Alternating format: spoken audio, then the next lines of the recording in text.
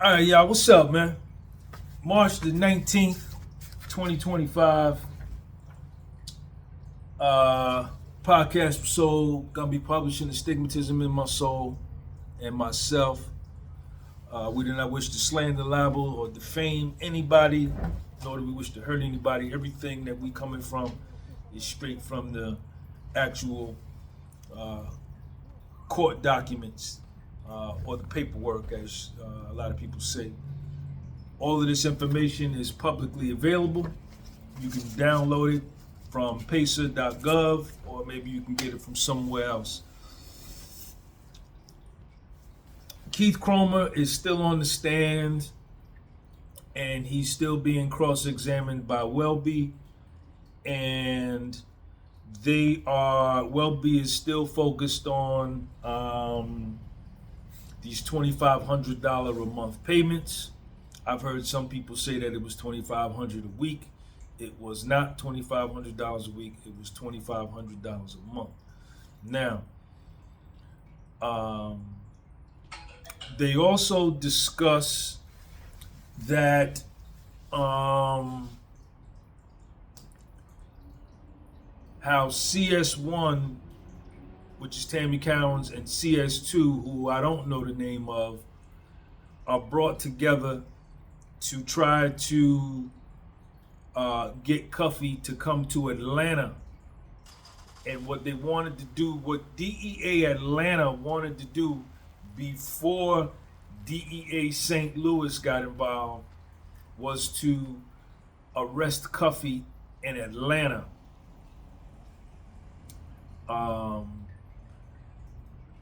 Tammy Cowins, or CS1, was going to hook up CUFFY. She was going to get him to come to Atlanta. And CS2 was going to connect CUFFY with a real drug trafficker that she knew, and they reference her as a her, so that's why I'm saying she, a Mexican dude named Diego. And what they were going to do was arrange the deal for CUFFY and Diego. Then they were going to bust CUFFY in Atlanta and let Diego go with the money. That ended up not happening. And I don't know if that's related to CUFFY telling that story that he came down and this dude was asking him about his car, but he exchanged drugs for the car or whatever, and he threw the phone away or whatever the case may be. I don't know if that's what Cuff was talking about, or if that was the particular time that CUFFY was talking about. But that doesn't happen. And, you know, around this time, Tammy Cowins, she's afraid, right? She knows she's in deep. She's afraid of CUFFY and the people around him because of their violence. And she's telling, Chroma this, I'm scared. So what they were trying to do was phase her out and phase in CS2, but Tammy Cowins changed her mind and she said, fuck it, we just gonna run with it. I'm gonna keep on doing it. And she's being compensated at this point. Now, the $2,500 a month payments started around the end of 2011, right? This is after Jack Harvey retires. Tammy Cowins is going through, they later find out that she's in bankruptcy. She's living in a house that she's let to go into foreclosure. So she's having some money issues. Now, I want to read some parts. This is what I want to read. Now, Tammy Cowins, in this investigation with CUFFY and Fidel, she is majorly responsible for CUFFY getting busted, right? The $2,500 a month that she's receiving, the other payments that she's receiving, and they talk about the lump sum payments in here, And Keith Chroma says that was for the information that she was providing, is largely on the information that gets CUFFY busted. Okay? Let me keep coming off the top of the dome, and then we're going to dive into the information.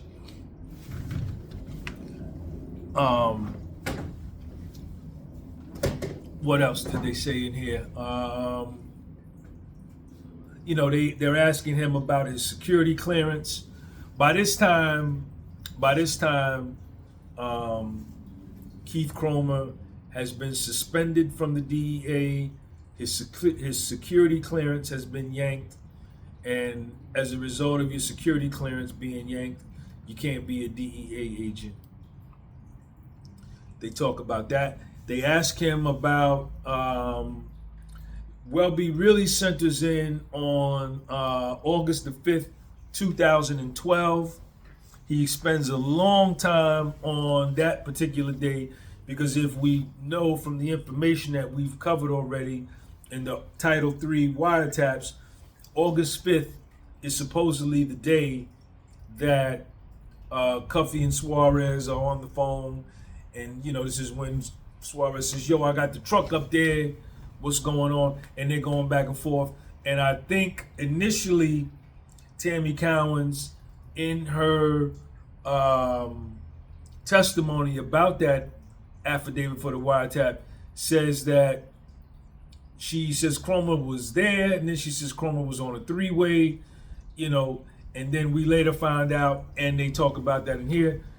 On August the 5th, 2012, Keith Chroma could not have been in Atlanta because he was in South Carolina at a family reunion. So, they're questioning him. Welby is questioning him about, yo, did you do a three-way call with Tammy Cowins on August the 5th, 2012? He like, man, I can't recall. I can't remember. I talk to them all the time. I got 3-4 phones, and I'm working 3-4 confidential sources. I talk to them every day, all day. I can't recall specifically if I spoke to Tammy Cowins. And the time frame is about 10:45 in the morning and 10:54. Those are the two dates. Those are the two timestamps for the phone calls that Suarez and CUFFY. Suarez is trying to get in touch with Cuff and that kind of thing. So he's saying he can't recall, but while he's on the stand, he volunteers the information that he says, I wasn't in Atlanta. I couldn't have been there with her on the call because I was in my hotel room watching the Olympics, and that I watched Galen Rupp win the silver medal or the bronze medal or the gold medal in the 10,000 meter run. I was at my family reunion. So he's able to remember all of these other details about the Olympics and where he was, but he can't seem to recall if he spoke to her on the phone that particular day. And Welby is hammering on that. How could you remember something as trivial as the Olympics and where you were and what race it was and who won and what medal, but you can't remember if you spoke to this girl on the phone? So they get by that. And what else? They talk about the sexual relationship. He never. He says he didn't. He says it was never sexual. But Welby keeps asking him that. He'll ask him that. Ask him maybe. You're over there working on that porch. He'll ask him that. He'll ask him a question about the sexual relationship. Then ask him 2 or 3 or 4 more other questions, and then come back to the sexual relationship. And, Chroma never admits to it. What else did I want to talk about?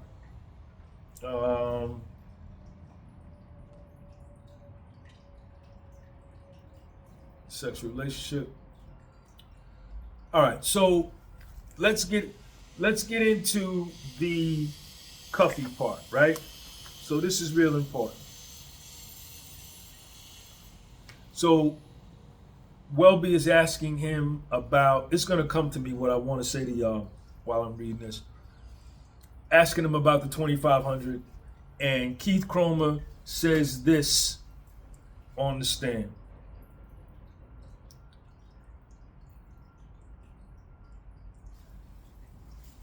Hold on. Mr. Welby, prior to the filing of the affidavit on August the 28th of 2012, did you ever pay Tammy Cowins for information that she was providing regarding Dion Gatlin? Keith Chroma, who is Dion Gatlin? Stephen Welby, Cuff. Chroma, she got paid for information related to Cuff, yes. Prior to August 28, 2012, yes. Welby, she was paid 18 or 19 more payments after August of 2012 for work that she provided for you and your unit. Is that right? Keith Chroma, I'm not sure how many. Was it every month?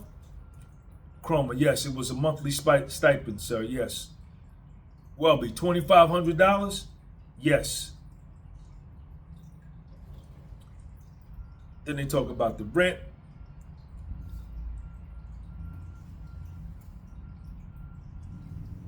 Stephen Welby, was it your hope that the information that she provided on CUFFY would be used to further justify payments to confidential source number one, Tammy Cowins? If you're talking about August of 2012, yes.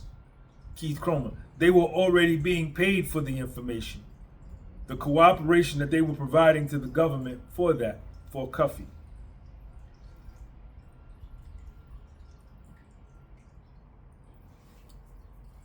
Welby, was it your hope in August of 2012 that any additional information that she might relate to Cuff could be used to justify future payments to Tammy Cowins? Keith Chroma, once they came up with Fidel and Cuff, and once they started providing, meaning Tammy Cowins, once Tammy Cowins came up with Fidel and Cuff, and once Tammy Cowins started providing that information, and once it looked tangible where it could possibly do something, and then it cross-sected with the St. Louis investigation, at that point, I had briefed my boss about it. And until the conclusion of that investigation, until CUFFY got arrested, until those people were brought and arrested, then they were going to get the $2,500. That is what it goes back to what I was saying, is that it's inherently dangerous what Tammy Cowins was doing. And so that's part of why they were getting paid, was because of that right there. Because they were cooperating. Things would come up. Sometimes if nothing was going on related to that, they sometimes neither had no new information. Because the investigation was ongoing, the payments were not contingent upon you make a buy, you get paid, you do this, you get paid. This was an ongoing investigation, right? So for that, they were getting a monthly stipend. And then he goes on to say that they were doing that for all other agents.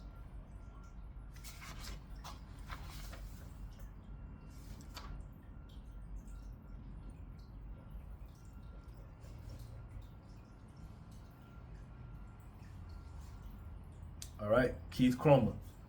We knew because periodically I would speak with someone over in St. Louis DEA who would just tell me, hey, Tammy Cowins is still providing information. They're still doing what they're doing. And I said, that's fine. So as long as that's going on and CUFFY hadn't been arrested at that time, the payments were still good, and that's what we did.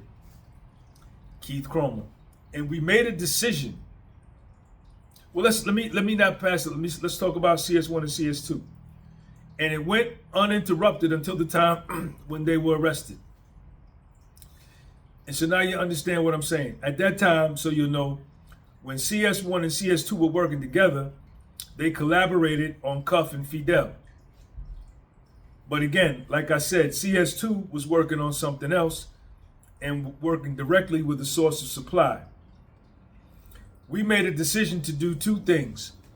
Before St. Louis was ever involved, we made a decision where we're going to utilize the people that CS1 knew, and we were going to use them as customers to knock them off and arrest them. So that's all we were going to do, is just, hey, we're going to introduce Cuff and the other people that Tammy Cowins knew. We were going to introduce them to the people who were real drug traffickers that CS2 knew, and we're going to allow them to conduct the transaction, let the source of supply keep their money, and arrest Cuffy and them. Because she was afraid of them, and so we had to do it in a way that we were going to phase Tammy Cowins out. That's the thing that you have to. We were phasing out Tammy Cowins because she was afraid.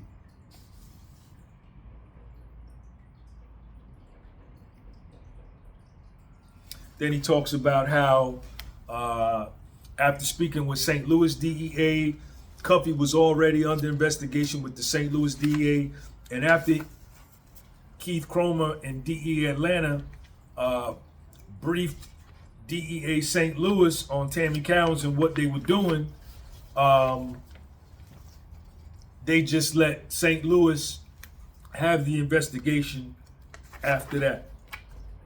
But hold on, I want to read some other stuff to y'all about Cuff.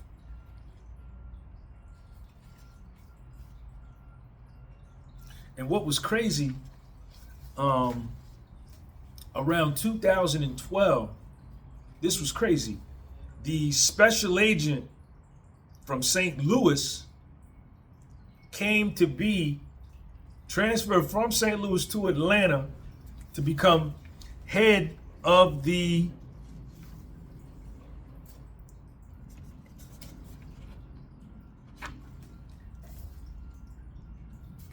Atlanta office. True story. In 2012, I believe, we wound up the special agent in charge, who came from here in St. Louis, became the special agent in charge of the Atlanta office. I wonder if that transfer has something to do with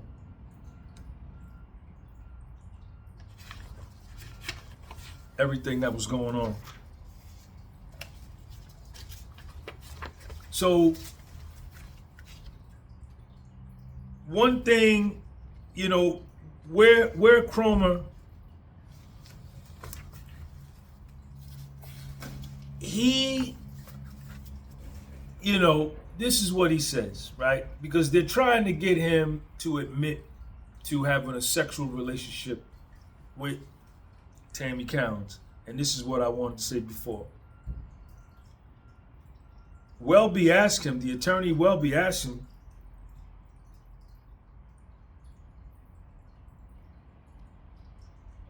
did you spend time at Tammy Cowins' house, residence, often?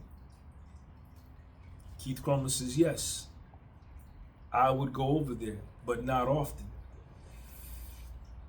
And then he asks him, would you have your DEA radio with you while you were over there?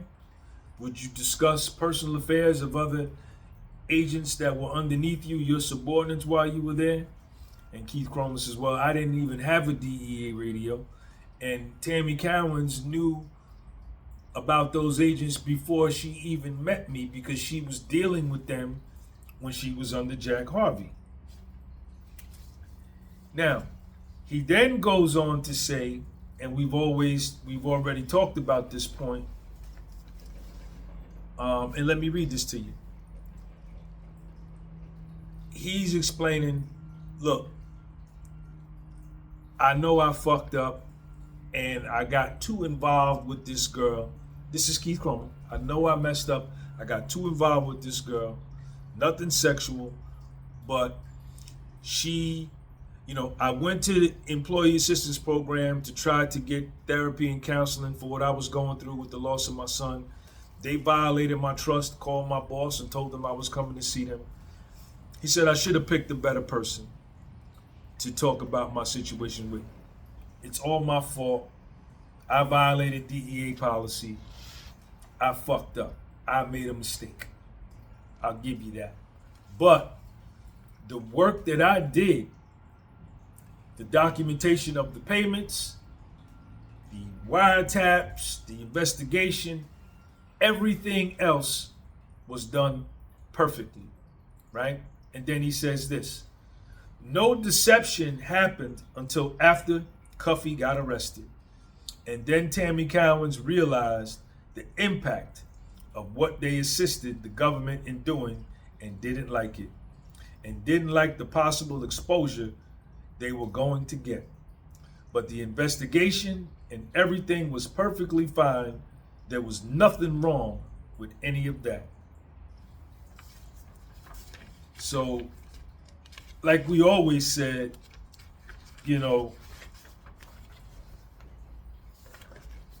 it was only after CUFFY and them got busted that she started changing her story. When her name showed up in the discovery and she got found out, that's when things started, her lies started to come in.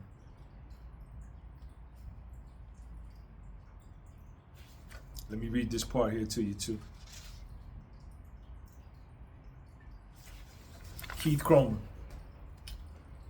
Let's go over that right now. Again, that's one of those things. And it gave me time to reflect on this. I didn't agree to pay Tammy Cowins' rent. We just agreed to pay her the $2,500 monthly stipend. And what they did with it, what they did with the money that they earned by cooperating with the government was no concern of how they spent it. And just for your edification, Tammy Cowins, as far as the bankruptcy and stuff and talking with agents, they wasn't paying any rent on the place because they were living, Tammy Cowins wasn't paying any rent on the place because she was living in the place mortgage free because she was letting the place go into foreclosure. And it wasn't until after I believe I was advised by the DEA in St. Louis in May of 2013 as far as anything with rent. So I want to be clear about this. When they did an enforcement, the St. Louis DEA did an enforcement activity in 2013, and I think in May, I believe. And at that point, CUFFY got arrested. And then I advised her that, hey, look, I didn't tell her that CUFFY got arrested. I said, but if I get this right, they're looking for her to try to figure out who. That's what it is. Cuff called Tammy Cowins asking her how to get in contact with CS2. At that point, I told Tammy Cowins to tell CUFFY, you don't know how to get in contact with her anymore.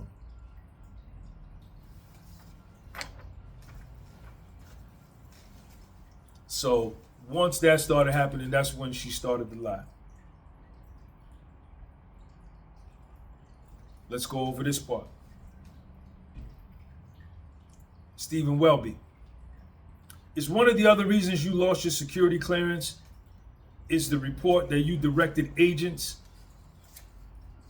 and task field officers under your supervision to falsify official documents to make fraudulent payments of official agency funds to confidential source Tammy Cowins? In total, you provided Tammy Cowins with more than $97,000 in official agency funds. This is a question from Stephen Welby to Keith Chroma. Keith Chroma's response. Okay, that's what's there. But again, I got to go back again to what I just explained to you, is that when you go back and look, every single payment, there was justification for every single payment made. I didn't make the final approval. My supervisor did. I briefed them on everything that was going on, and based upon that, he approved it because he deemed it worthy as far as an investigative expense that was worth doing. We were very productive as a group, no issues about anything. And the people who did the work for us got financially compensated for it, which is what Tammy Cowins did. Jack Welby, Stephen Welby, did you sign off on those payments? I signed off on it, but my supervisor approved it. I never approved one payment. I signed off on it because I agreed, because Tammy Cowins was working. For all of them, that they were working, and I agreed with it, and I moved it forward to get it approved, and that's what happened. So basically what he's saying is that, because my initial introduction to this is that this dude, Keith Chroma, was just flippantly giving her money, falsifying, forging documents to pay her, and that's not the case at all. According to his testimony, everything was documented, and he got approval from his supervisor. So that's the case. Sean G, podcast with Soap. Peace.